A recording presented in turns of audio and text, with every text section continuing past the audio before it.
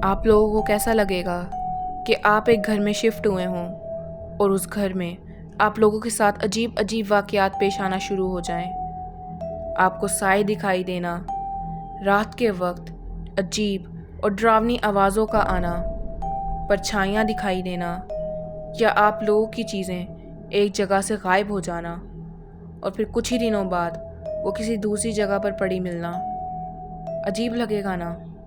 इन सब के अलावा आप लोगों को वो परछाई दिखाई देना जो कि ना सिर्फ आपको दिखाई देती है बल्कि आपको नुकसान पहुंचाने की भी कोशिश करती है। इन सब हालात में आप लोग क्या करेंगे?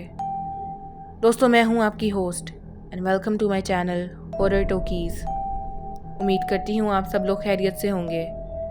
दोस्तों, आज मैं आप लोगों के लिए ऐसी जगहों से ही जुड़ी कुछ सच्ची डरावनी कहानियाँ लेकर आई हूँ। वीडियो बहुत इंटरेस्टिंग होने वाली है, तो वीडियो को एंड तक लाजमी देखिएगा। अगर आप मेरे चैनल पर नए हैं तो वीडियो शुरू करने से पहले मेरे चैनल को सब्सक्राइब कर दीजिएगा। इस तरह आप हमारी फैमिली का हिस्सा बन जाएंगे। तो लाइट्स ऑफ कीजिए, स्नैक्स पकड़ें और तैयार हो जाएं डर की वादियों में जाने के लिए।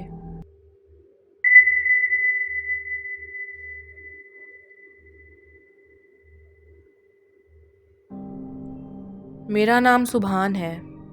मैं मीरठ का रहने वाला हूँ। ये घटना मेरे साथ साल 2009 में घटी थी। दरअसल हमारा कोई घर नहीं था। हम किराए के घर में रहते थे।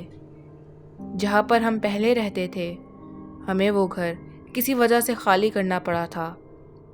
हमारी फैमिली में मैं, मेरे मम्मा पापा, मेरा बड़ा भाई और मेरा छोटा सा डॉगी था जिसका नाम मैंने ब्रूनो रखा था। हम जिस घर में रहते थे उससे 5 से 6 किलोमीटर दूर ही हमें एक नया घर पसंद आया था। हमने उसके ओनर से उस घर की बात की और उस घर को हम लोगों ने रेंट पर ले लिया।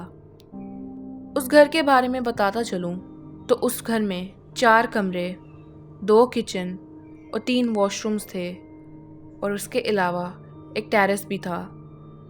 उस घर में शिफ्ट होने से पहले सब कुछ बिल्कुल ठीक था। हम जैसे ही उस घर में शिफ्ट हुए तो मेरे भैया की जॉब चली गई। पापा के भी बिजनेस में बहुत लॉस होने लगा। साथ ही मम्मा की तबीयत भी ख़राब रहने लगी थी।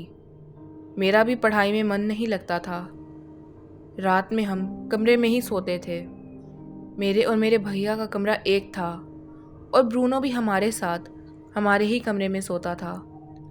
अक्सर रात के वक्त ब्रूनो उठकर भौंकना शुरू कर देता था।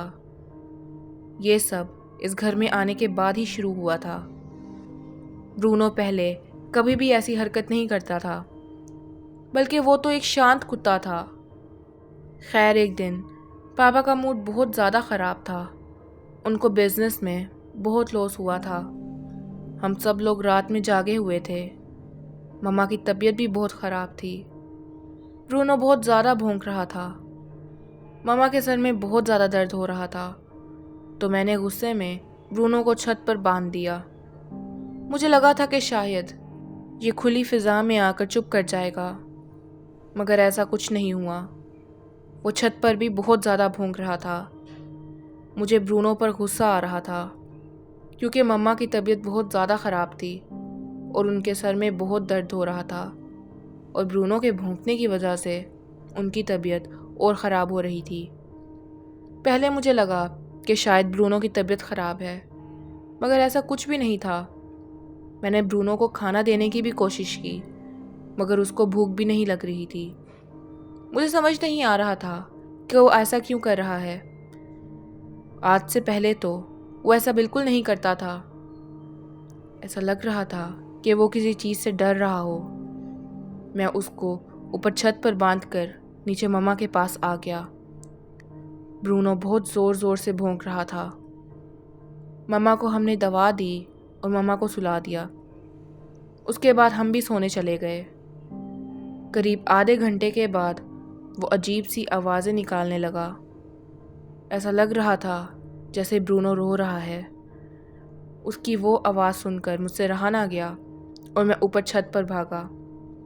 मैंने देखा कि ब्रूनो एक कोने में लेटा हुआ है। मैंने उसको छुआ तो वो बहुत ठंडा पड़ा था। उसकी तबीयत बहुत ख़राब लग रही थी। मैंने अपने भैया को बुलाया कि भैया जल्दी आओ, ब्रूनो को देखो क्या हुआ है। उसकी तबीयत सच में बहुत ख़राब थी, वो कांप रहा था।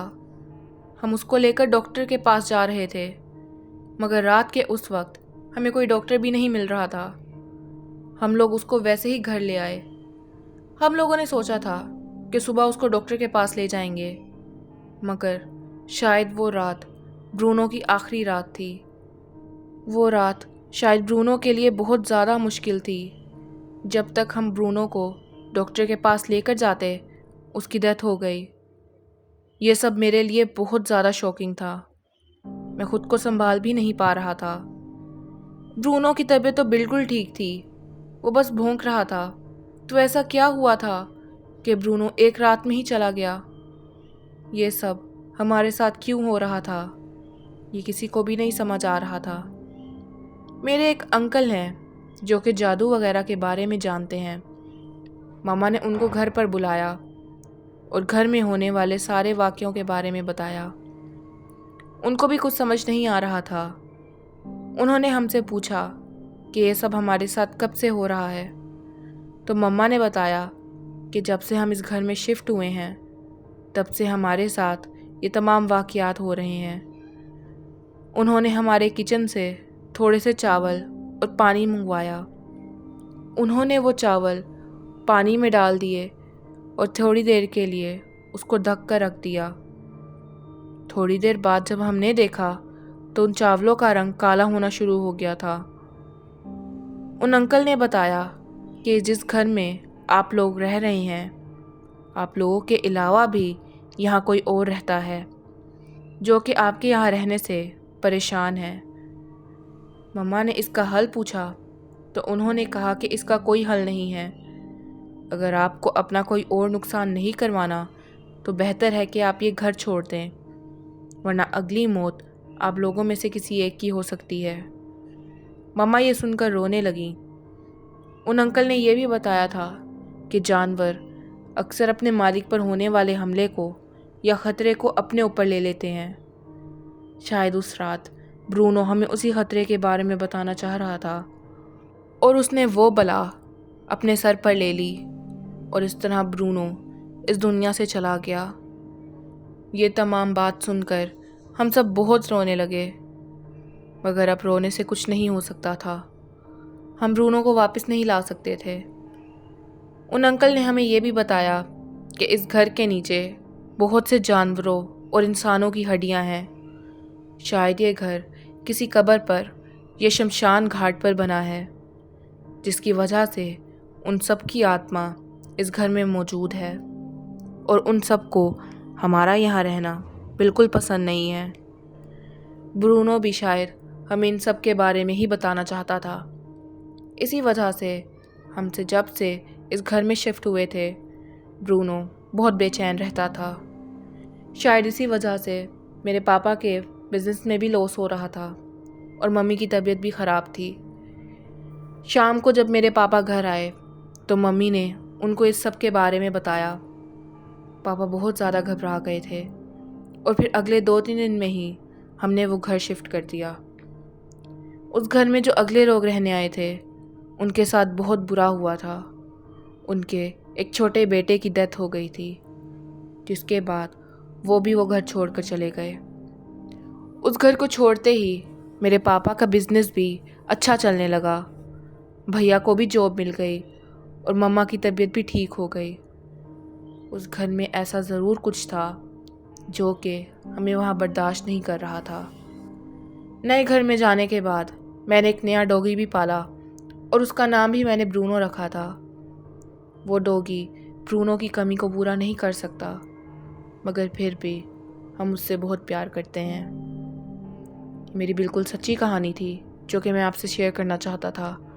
उम्मीद करता हूँ आपको पसंद आई होगी। दोस्तों, ये थी आज की कहानी। अगर आपको वीडियो अच्छी लगी हो तो वीडियो को लाइक और चैनल को सब्सक्राइब करना मत भूलिएगा। मैं हर हफ्ते आप लोगों के लिए बहुत सी इंटरेस्टिंग और दिल दहला देने वाली वीडियोस लेकर आती हूँ। दोस्तों, आप चैनल को सब्सक्राइब कर हमारी हॉरर फैमिली का हिस्सा बन सकते हैं, तो ज़रूर कर दीजिएगा। अपना बहुत ख्याल रखें। मिलते हैं एक नई दिल दहला देने वाली वीडियो के साथ, लेकिन तब तक के लिए अल्लाह हाफिज़।